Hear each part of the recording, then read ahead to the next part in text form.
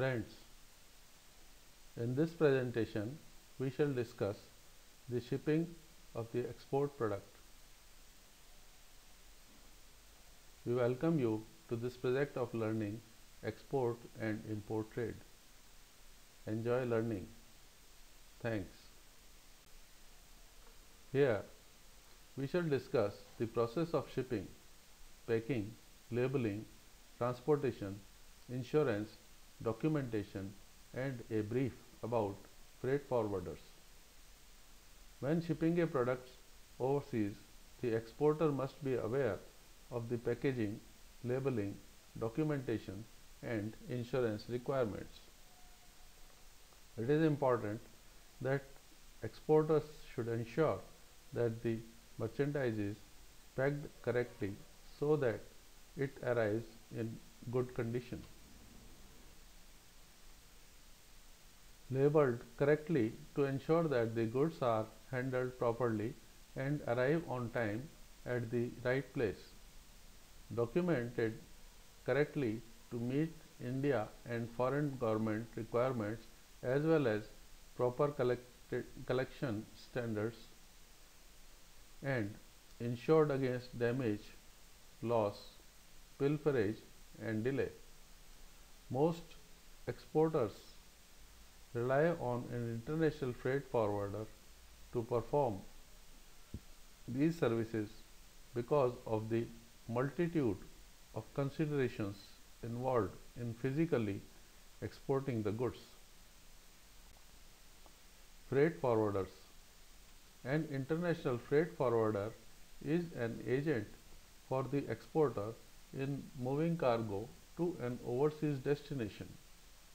These agents are familiar with the import rules and regulations of foreign countries, the export regulations of Indian government, the methods of shipping and the documents related to foreign trade. Export freight forwarders are licensed by the government. Freight forwarders assist exporters in preparing price quotations by advising on freight costs, port charges, consular fees, cost of special documentation, insurance cost, and their handling fees. They recommend the packing methods that will protect the merchandise during transit and can arrange to have the merchandise packed at the port or containerized. If the exporter prefers, freight forwarder can reserve the necessary space on a vessel or aircraft. The cost for their services is a legitimate export cost that should be included in the price charged to the customer. Once the order is ready for shipment, freight forwarders should review all documents to ensure that everything is in order. This is of particular importance with letter of credit payment terms. They may also prepare the bill of lading and any special required documentation.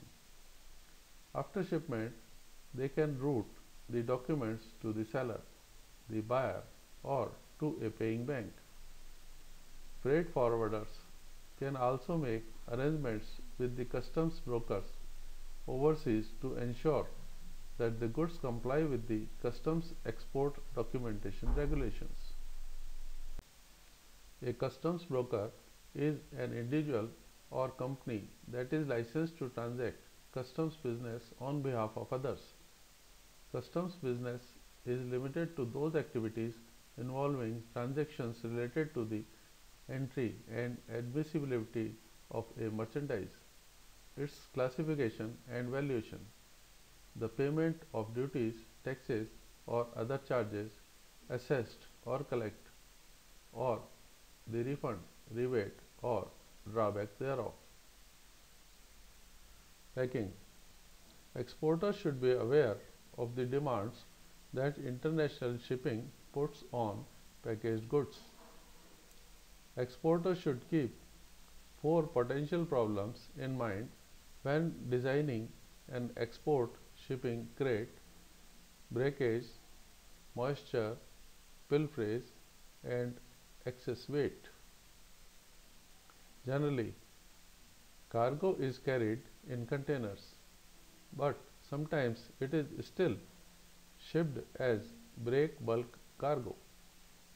Besides the normal handling encountered in the domestic transportation, a break bulk shipment transported by the ocean freight may be loaded abroad vessels in a net or by a sling, conveyor, or chute.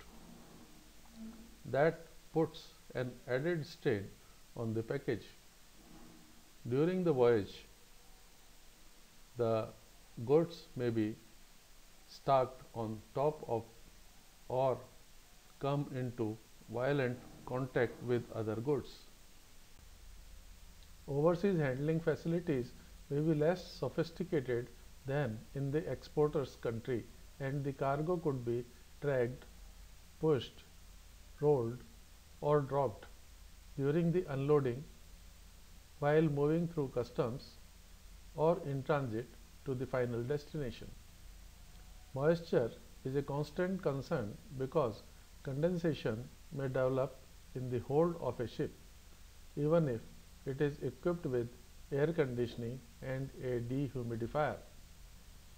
Another aspect of this problem is that cargo may also be unloaded in the precipitation, or the foreign port may not have covered storage facilities. Theft and pilferage are added risks. Buyers are often familiar with the port systems overseas, so they will often specially packed requirements. If the buyer does not specify this, be sure the goods are prepared using these guidelines. Pack in strong containers, adequately sealed and filled with when possible. To provide proper bracing in the container, regardless of size, make sure that the weight is evenly distributed. Goods should be palletized and, when possible, containerized. Packaging and packages filler should be made of moisture resistant material. To avoid pilferage, avoid writing contents or brand names on the packages. Other safeguards include using straps, seals, and shrink wrapping. Observe any product specific hazardous material packing requirement. One popular method of shipment is to use containers obtained from carriers or private leasing companies. These containers vary in size, material, and construction and accommodate most cargo, but they are best suited for standard package sizes and shapes. Also, refrigerated and liquid bulk containers are usually readily available. Some containers are no more than semi-truck trailers lifted off their wheels, placed on a vessel at the port of export, and then transferred to another set of wheels at the port of import.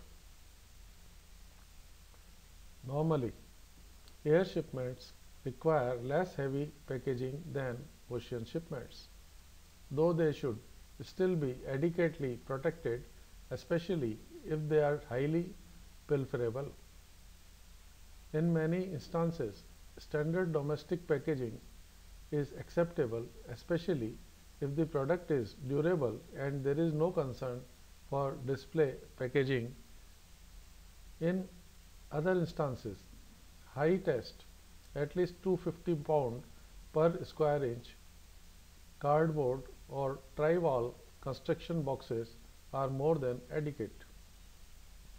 Finally, because transportation costs are determined by volume and weight, specially reinforced and lightweight package material have been developed for exporting.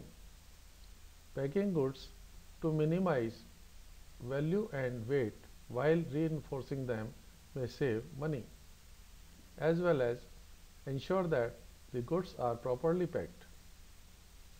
It is recommended that a professional firm be hired to pack the products if the supplier is not equipped to do so. The service is usually provided at a moderate cost at some metro cities. Labeling. Specific marking and labeling is used on export shipping cartons and containers to meet the shipping regulations, ensure proper handling, conceal the identity of the contents, help receivers identify shipments, and ensure compliance with the environmental and safety standards. The overseas buyers usually specifies with export mark should appear on the cargo for easy identification by receivers. Product can require many markings for shipment. For example, exporters need to put the following marking on cartons to be shipped: shipper's mark, country of origin, weight, marking in kilograms, number of packages and size of cases in centimeters, handling marks, international pictorial symbols. Cautionary markings such as this side up or use no hooks in English and in the language of country of destination. Port of entry, labels for hazardous material, universal symbols adapted by International Air Transport Association and the International Maritime Organization, and ingredients, if applicable, also included in the language of the destination country. Package should be clearly marked to prevent misunderstandings and delays in shipping. Letters are generally stenciled onto the packages and container in waterproof ink. Markings should appear on three faces of a container, preferably on the top and on the two ends of the two sides, and old marking must be completely removed from previously used packaging. In addition to the port marks, the customer identification code and the indication of origin, the mark should include the package number, gross and net weights, and dimensions. If more than one package is being shipped, the total number of packages in the shipment should be included in the markings. The exporter should also add any special handling instructions. It is good idea to repeat these instructions in the language of the country of destination and use standard international shipping and handling symbols. Customs regulations regarding freight labeling are strictly enforced. For example, many countries require that the country of origin be clearly labeled on each imported package. Most freight forwarders and export packing specialists can supply the necessary information regarding specific regulations. Documentation. Exporters should seriously consider having the freight forwarder handle most of the documentation that exporting requires, as forwarders are specialists in this process. The following documents are commonly used in exporting, but which of them are necessary in a particular transaction depends on the requirements of the exporter's government and the government of the importer's country. Air freight shipments are handled by airway bills, which can never be made in negotiable form. A bill of lading is a contract between the owner of the goods and the carrier for vessels. There are two types: a straight bill of lading, which is non-negotiable, and a negotiable or shipper's order bill of lading. The latter can be bought, sold, or traded while the goods are in transit. The customer usually needs an original and proof of ownership to take the possession of the goods. A commercial invoice is a bill for the goods from the seller to the buyer. These invoices are often used by governments to determine the true value of the goods when assessing customs duties. Governments that use the commercial invoice to control the imports will often specify its form, content, number of copies, language to be used, and other characteristics. A consular invoice is a document that is required in some countries.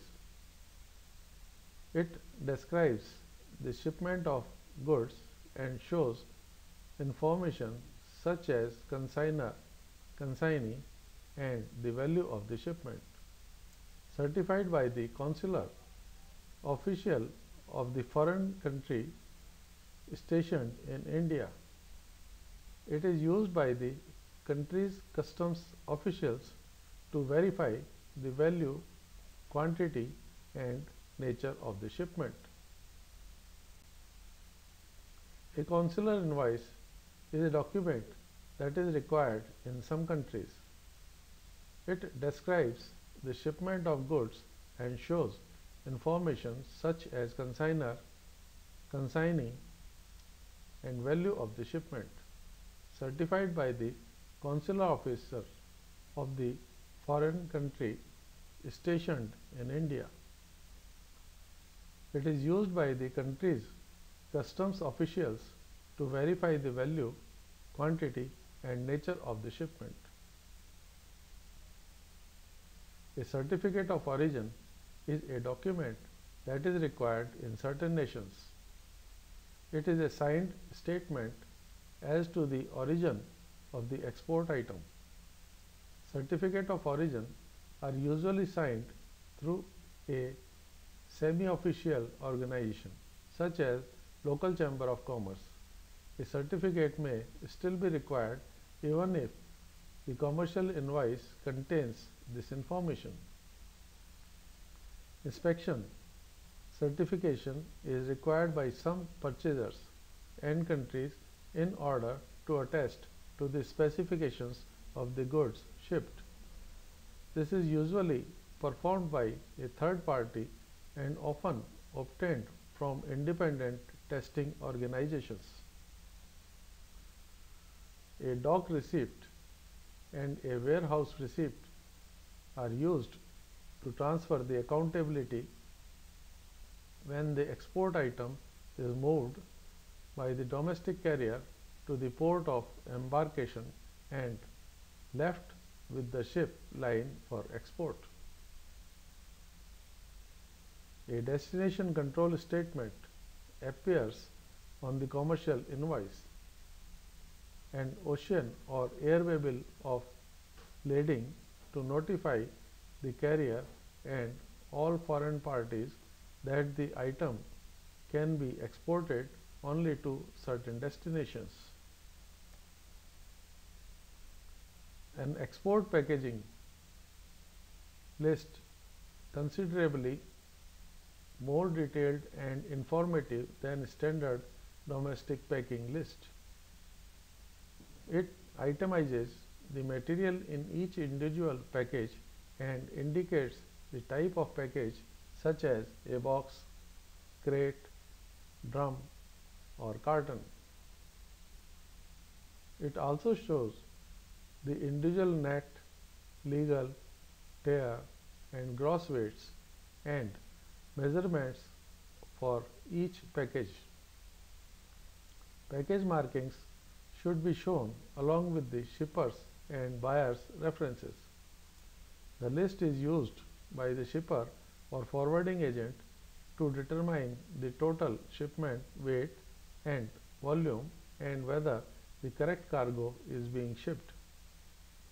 In addition, Indian and foreign customs officials may use the list to check the cargo. An insurance certificate is used to assure the consignee that insurance will cover the loss or damage to the cargo during transit. SOLAS regulation for verification of gross weight of export containers. This is obligation by law starting from 1st of July 2016.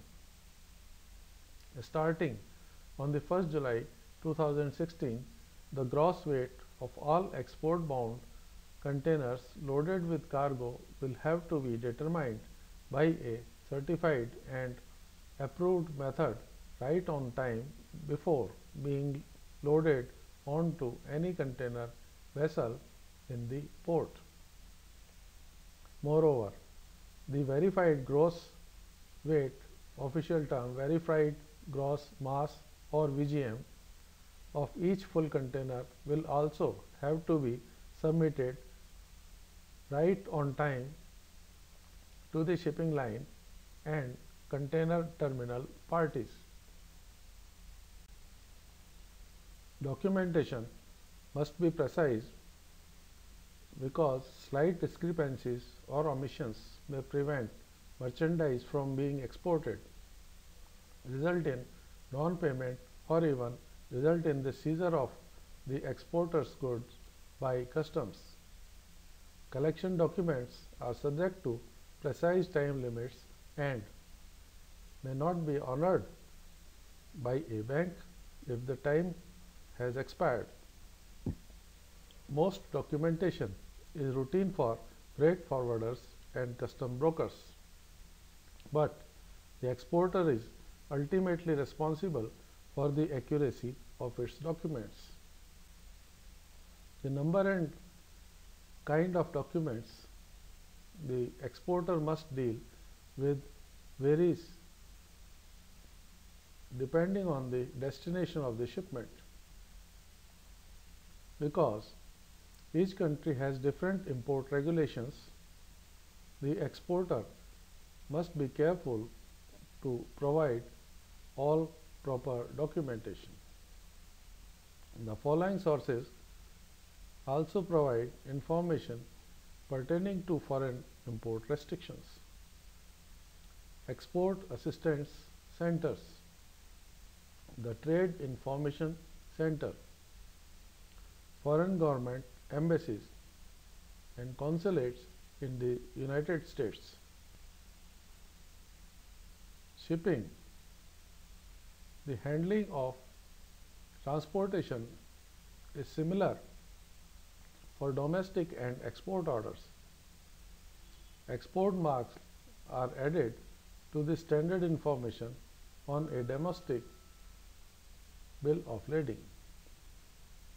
These marks show the name of the exporting carrier and the latest allowed arrival date at the port of export. Instructions for the inland carrier to notify the international freight forwarder by telephone upon arrival should also be included. Exporters may find it useful to consult with a freight forwarder when determining the method of international shipping. Since carriers are often used for large and bulky shipments, the exporter should reserve space on the carrier well before actual shipment date. The reservation is called the booking contract. The international shipments is increasingly made on a through bill of lading under a multimodal contract. The multimodal transit operator, frequently one of the transporters, take the charge and responsibility for the entire movement from factory to the final destination. The cost of the shipment, the delivery schedule, and the accessibility to the shipped product by the foreign buyer are all factors to consider when determining the method of international shipping. Although the air carriers can be more expensive, their cost may be offset by lower domestic shipping cost. For example, using a local airport instead of a coastal seaport and quicker delivery times. These factors may give the exporter an edge over other competitors. Before shipping, the firm should be sure to check with the foreign buyer about the destination of the goods. Buyers often want the goods to be shipped to a free trade zone or a free port where they are exempt from import duties. Insurance. Damaging weather conditions, rough handling by carriers, and their other common hazards to cargo make insurance an important protection for the US exporters. If the terms of sale make the exporter responsible for insurance, the exporter should either obtain its own policy or insure the cargo under a freight forwarder's policy for a fee. If the terms of sale make the foreign buyer responsible, the exporter should not assume or even take the buyer's word that adequate insurance has been obtained. If the buyer neglects to obtain adequate coverage, damage to the cargo may cause a major financial loss to the exporter. Shipment by sea are covered by marine cargo insurance. Shipments may also be covered by marine cargo insurance, or insurance may be purchased from the air carrier. Shipments are usually insured against loss, damage, and delay in transit by cargo insurance. Carrier liability is frequently limited by international agreements. Additionally, the coverage is substantially different from domestic coverage. Arrangements for insurance may be made by either the buyer or the seller in accordance with the terms of sale. The exporters are advised to consult with international insurance carriers or freight forwarders for more information. Although the sellers and buyers can agree to different components, coverage is usually placed at 110% of the CIF, cost, insurance and freight, or CIP, carriage and insurance paid to value. Tariffs.